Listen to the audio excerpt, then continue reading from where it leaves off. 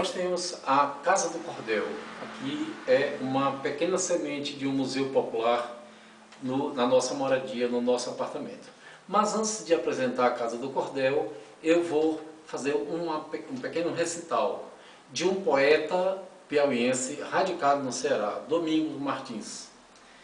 Vai, Bahia ao céu, diz, com toda a tua altivez, a Castro Alves que volte da viagem que ele fez, que a velha Bahia dele precisa dele outra vez. Então vamos adentrar aqui a Casa do Cordel, essa pequena semente de museu popular, da cultura nordestina, cultura popular nordestina, a nossa rica e diversificada cultura, que tem raízes dos povos nativos, aqui das Américas, aqui do território brasileiro, também de raiz africana e de raízes europeias, né?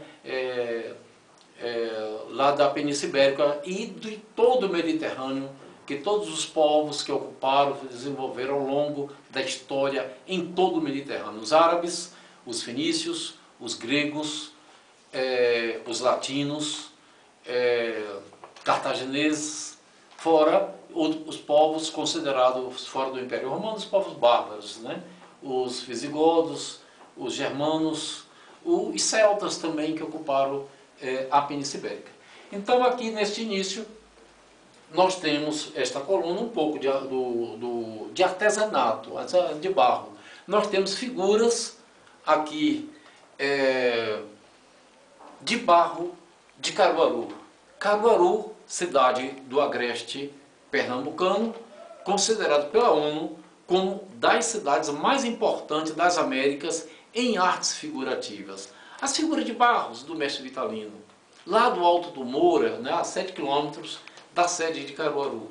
Alto do Moura, a população basicamente vive da arte, de trabalhar com as mãos, né, o barro da terra, e transformando em arte. Portanto, a experiência do mestre Vitalino continua em Caruaru. E aproximando, aqui está uma velha espingarda. Não é um bacamarte, mas é uma velha espingarda. Aqui o embornal do Cangaceiro, né, Serra Talhada, que é a cidade que Lampião nasceu, Serra Talhada, no sertão de Pernambuco, né, no sangrento e poético Vale do Pajeú. De lá, né, grandes poetas, né, emergiram, poetas repentistas, cordelistas, e também os grandes cangaceiros emergiram. Senhor Pereira, Lampião, por exemplo, Luiz Pedro, do Vale do Pajeú, sertão de Pernambuco. E aqui nós temos chapéu de couro, chapéu de cangaceiro, e de vaqueiros também.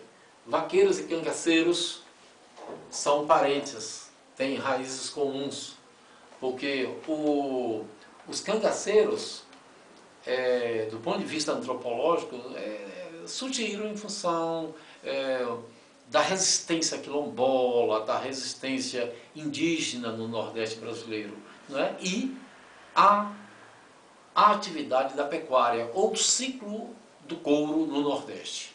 Absolutamente nada do sertão, do vasto sertão nordestino, que nós consideramos um teatro aberto, onde o ator é o próprio vaqueiro, e foi o cangaceiro também. Então, nada do sertão do Nordeste, da cultura do Nordeste, dessa vasta cultura, não pode ser falado separado da civilização do couro, da atividade pecuária do Nordeste, a ocupação do vasto sertão. E nesta coluna, aqui nós temos obras clássicas, aproximadamente 2.000 títulos de cordéis, de documentários, filmes sobre o cangaço. Sobre o cangaço, que já se aproxima de 5 anos para cá, 150 títulos. E aqui nós temos obras clássicas. Aqui nós temos, por exemplo, material do maior folclorista brasileiro, Câmara Cascudo, Vaqueiros e Cantadores. Nós temos aqui a Antologia Ilustrada dos Cantadores, de um economista, Francisco Linhares, um cearense, e Otacílio Batista, da família Batista Patriota, lá do Vale do Pajeú. Não é? Então, surgiu essa obra aqui, que é uma obra clássica, falando da poesia repentista. A poesia repentista, ela antecede a chamada de literatura de cordel. Nós expressamos literatura de cordel, mas não podemos esquecer que na compreensão, na linguagem nordestina, não existe literatura de cordel. Não existe literatura de cordel historicamente sendo vendida nos cordões, nos barmantes, como era na Península Ibérica. Isso é uma coisa de 40 anos para cá, quando Raimundo Cantel, um grande pesquisador francês da Universidade de Poitiers, Sorbonne, veio para cá para publicar livros sobre a nossa cultura e também falando no eixo Rio-São Paulo, na área acadêmica, falando dessa cultura tão importante para nós. Portanto, aqui nós temos obras clássicas, grandes obras clássicas. Nós temos aqui, por exemplo, 100 anos de República no Brasil, de um brasilianista, um estadunidense, esta obra toda com base na literatura dos poetas populares, com base nos cordéis, nos romances, né, na linguagem mais nordestina, romances, que nós, né, nessa época, um período mais moderno, chamamos de literatura de cordel. Mas, repito, romance folheto. Aqui, nós temos também uma continuidade do nosso acervo, esse acervo tão diversificado, onde nossos e nossas cordelistas se inspiraram em fatos reais e também a partir da imaginação. A capacidade extraordinária dos nossos artistas, dos nossos poetas, dos nossos menestréis e poetisas também, de partirem do real, do concreto, para o irreal, para o fantástico, para o mundo dos fenômenos. Por exemplo, aqui nós temos a chegada de Lampião no inferno. Lampião existiu, né, o maior cangaceiro, o maior bandoleiro do Ocidente, né, segundo Eric Hobsbawm, o maior historiador do século passado, que ainda continua vivo, ativo. É um campo do fantástico, mas nós temos aqui o Lampião e Maria Bonita, que fala da vida real dos cangaceiros. Vida real dos cangaceiros. Então nós temos aqui todas essas obras, aqui, livros e cordéis, material, literatura dedicada aos cangaceiros, ao cangaço, ao fenômeno, ou melhor, o movimento do cangaço. E a literatura é vasta, porque a maior figura, a figura mais expressiva do cangaço foi Lampião. Nós temos Senhor Pereira, nós temos Jesuíno Brilhante, que antecedeu a Senhor Pereira, depois Senhor Pereira, depois veio Lampião, Antônio Silvino também, e o Lampião, o maior bandoleiro do Ocidente, ele é a figura mais biografada da história do Brasil. Não tem general, não tem Ayrton Senna, não tem presidente de república. É um bandoleiro. Né? O maior mito da história do Brasil é um bandoleiro, é um cangaceiro chamado Lampião. Por que isso?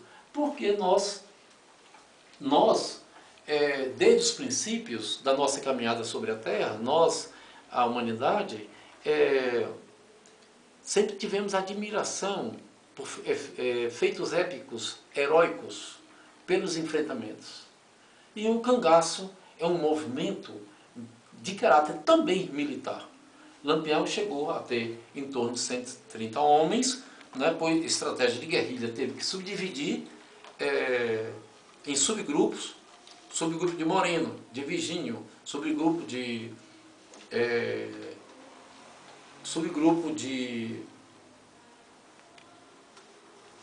Dadar, perdão, Corisco.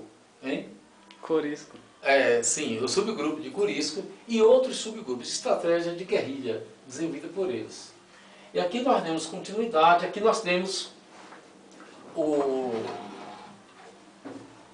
obras clássicas. Tem material que todas essas obras expostas aqui têm em torno de 120, 130 até 140 anos. Aqui eu estou falando do grandioso Leandro Gomes de Barros. 2 livros dele, O Cavalo que Defecava Dinheiro e o Testamento do Cachorro ou Dinheiro. Ariano Suassuna se inspira para escrever O Alto da Compadecida. Portanto, aqui nós temos por volta de 2 dezenas de obras do Leandro Gomes de Barros. É uma coisa fantástica porque há mais de 100 anos, 120, 130 anos, essas obras continuam sendo reproduzidas. O Leandro foi considerado pioneiro. Nós temos também Silvino Piroá de Lima, outro considerado pioneiro, mas a referência principal é o grandioso Leandro Gomes de Barros. Aqui nós temos material aqui de cunho mais político. Por exemplo, História de Zumbi. Nós temos aqui a História de Zumbi. Nós temos, o Dia 1º de Maio, em verso, em poesia. Nós temos Olga Benário, uma judia alemã, companheira, esposa de Luiz Carlos Prestes, que foi morta num campo de concentração na Alemanha. Ela foi deportada por Getúlio Vargas, presidente do Brasil. Nós temos aqui também o Luiz Carlos Prestes sendo tratado em cordel, em poesia. Nós temos aqui a figura do Padre Cícero, uma referência do Nordeste, no campo religioso. Nós temos aqui também Emiliano Zapata, junto com Pancho Villa, que lideraram a Revolução de 1910 no México. Nós temos aqui História de Chico Mendes, defensor dos povos e da floresta amazônica, que foi morto ou assassinado. Nós, aqui, um pouco de imagens da xilogravura, a gravura impressa em madeira. A arte da xilogravura tem raízes, tem uma ancestralidade lá na China, mas no Nordeste brasileiro essa arte floresceu. Essa arte foi para a capa dos cordéis e hoje ela ganhou uma dimensão bem maior, porque nós temos na sede da ONU, na Organização das Nações Unidas, em Nova York, um gigantesco painel de xilogravura de um dos mais famosos xilogravuristas, o J. Borges, que mora em Bezerros, em Pernambuco. Então, a xilogravura, e nós temos também aqui nós temos a parte, uma pequena parte, de couro do vaqueiro, a indumentária do vaqueiro, uma pequena parte da indumentária do vaqueiro, que nós consideramos o maior ator do Nordeste brasileiro, deste vasto teatro chamado Sertão. E este material foi fabricado por Zé do Mestre. E Zé do Mestre, ele fabricava a indumentária de Gonzagão. Em 9 países tem as indumentárias de vaqueiros fabricadas por Zé do Mestre, que mora numa casa simples, no interior, a 17 quilômetros da sede de Salgueiro, em Pernambuco. O pai dele era Mestre Luiz, que fabricava indumentárias também para o chefe do cangaço nordestino, Lampião. E hoje, o filho de Zé do Mestre dá continuidade também com o pai à produção de artesanal de couro. Nós aqui no Brasil, nós temos a Dilma Rousseff, que é a presidente do Brasil, nós temos o Lula, que foi presidente, nós temos o rei Juan Carlos da Espanha, que tem a indumentária de couro do vaqueiro fabricada por Zé do Mestre. Dando continuidade aqui, nós temos artesanato, né? A carranca, que os barqueiros, né, do São Francisco carregavam na proa para afugentar os espíritos ruins, né? Uma pequena carranca. Nós temos aqui o material morto. A partir do material morto, artistas do Ceará produzem. Isso aqui é feito de carnaúba. Carnaúba é uma palmeira, símbolo do estado do Ceará. Então, artistas do delta do rio Jaguaribe, no Ceará, no município de Aracati, produzem material a partir da carnaúba, né? Material morto. Dando prosseguimento, nós temos aqui uma foto, uma imagem aqui, do nosso maior poeta matuto chamado, porque a poesia nordestina é uma poesia muito diversificada. Você tem a embolada, você tem um coco, você tem a poesia matuta. O Patativa do Assaré, ele não foi bem um cordelista, ele fez cordel, né, romance, mas a poesia dele tinha uma característica mais particular, diferenciada, chamada poesia matuta. E isso não reduz a grandeza do nosso grande poeta, admirado no mundo inteiro, o nosso Patativa do Assaré. E aqui nós temos um pouco do cangaço. Nós temos aqui Curisco e Dadá. Curisco e Dadá. Dadá, ela morreu mais recentemente, ela não morreu em combate, ela foi ferida em combate, mas ela não morreu em combate. Ela foi morrer nos anos 70 em Salvador, morava em Salvador. Esta mulher, para nós, foi a maior guerreira do cangaço, do movimento chamado cangaço. A fama maior é Maria Bonita, porque foi das primeiras. Ela e outra mulher, elas entraram no mesmo dia no movimento do cangaço. Mas depois a Dadá entra sendo companheira de Curisco, que fazia parte do Bando Lampião. Ele comandava um subgrupo, né, subgrupo de Curisco. E a Dadá, para nós, foi a maior guerreira do cangaço, porque foi a única que pegou em armas pesadas. O marido já com os braços destroçados pelas balas da polícia, e a Dadá carregando o marido e ao mesmo tempo com o rifle na mão e se defendendo da polícia, como eles chamavam de macacos. Então, foi uma guerreira. Nós temos aqui a figura de Lampião e seu irmão, ainda bastante jovens, ainda na década de 20. Nós temos aqui a figura de Maria com seu cachorro, com seus cachorros, a figura de Maria Bonita. Nós temos aqui a casa de Maria Bonita. Aqui é a casa que ela nasceu, na fazenda Malhada da Caiçara, no sertão de Paulo Afonso, na Bahia. Essa casa foi destruída, mas ela foi reerguida, hoje é um museu em homenagem a Maria Bonita. Esta foto é da família de Lampião. São 3 irmãs de Lampião, vestidas de branco, e essa aqui é a cunhada, a esposa de João, o único que não entrou no cangaço, dos irmãos de Lampião. E esta foto foi tirada em Juazeiro do Padre Cícero, Juazeiro do Norte, a capital do Cariri cearense. E lá a família se sentia protegida da perseguição policial, né, do que eles chamavam de macacos. Esta à esquerda, à direita aliás, aqui junta com o Lampião, ela se encontra viva morando em São Paulo, no bairro Jardim São Paulo. Aqui é a casa de Maria, já vimos.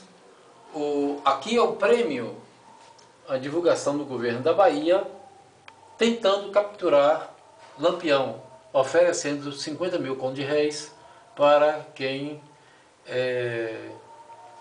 capturasse o Virgulino Ferreira Lampião. Esta foto também do grupo de Lampião, em 1926, em Juazeiro do Norte. quando ele recebeu um título forjado de capitão do Exército Patriótico. O Exército Patriótico foi constituído na época para combater os chamados revoltosos. Aqui no Nordeste, a coluna Prestes foi chamada de os revoltosos. Então foi instituído um chamado Exército Patriótico e Lampião recebeu um título lá. O braço envolveu o braço direito, político, e também de militar, Floro Bartolomeu, que era um médico baiano radicado em Juazeiro do Norte.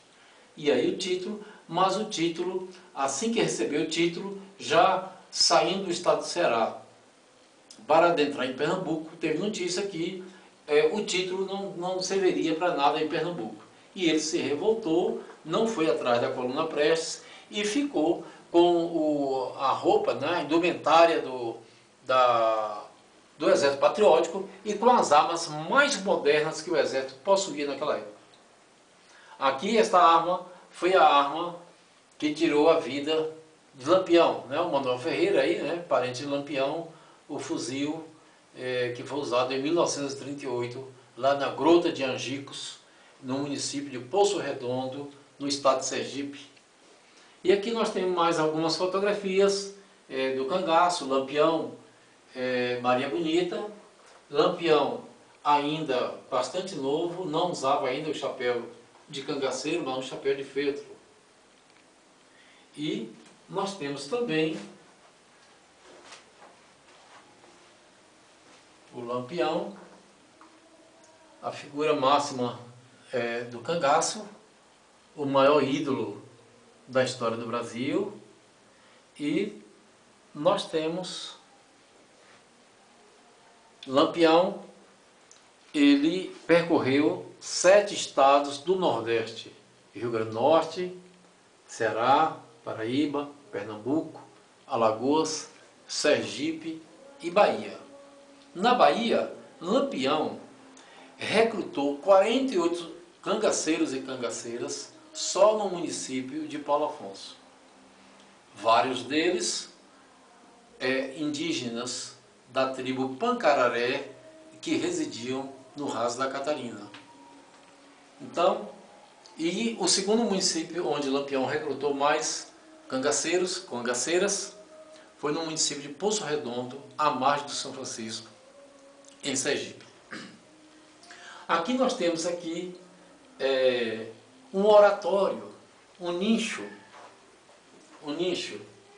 Eu, enquanto criança, presenciei tantas rezas junto deste nicho na minha casa. Isso aqui é uma herança da minha família, da minha mãe. Nicho ou oratório. Aqui é um baú de madeira, que quando criança a gente chamava de arca. Isso aqui uma espécie de guarda-roupa que minha mãe usava. Olê, mulher rendeira, olê, mulher rendeira, tu me ensina a fazer renda, que eu te ensino a namorar.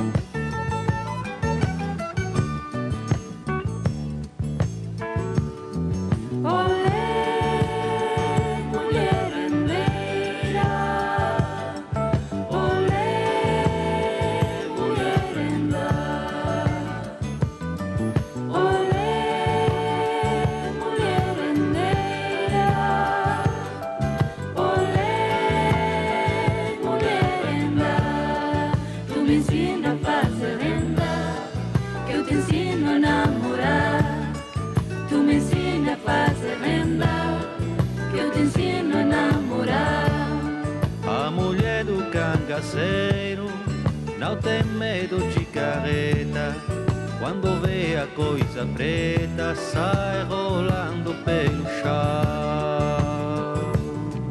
Olê,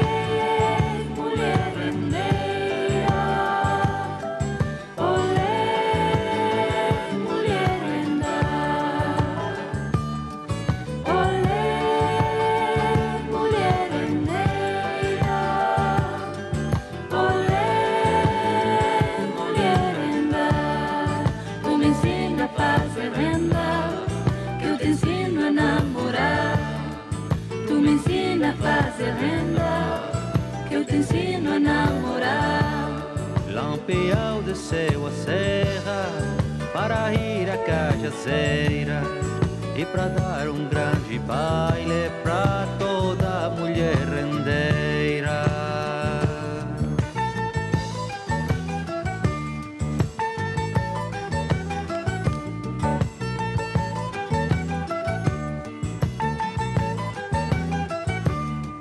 Olé, mulher rendeira, olé, mulher renda, olé, mulher rendeira, olé, mulher renda, tu me ensina a fazer renda.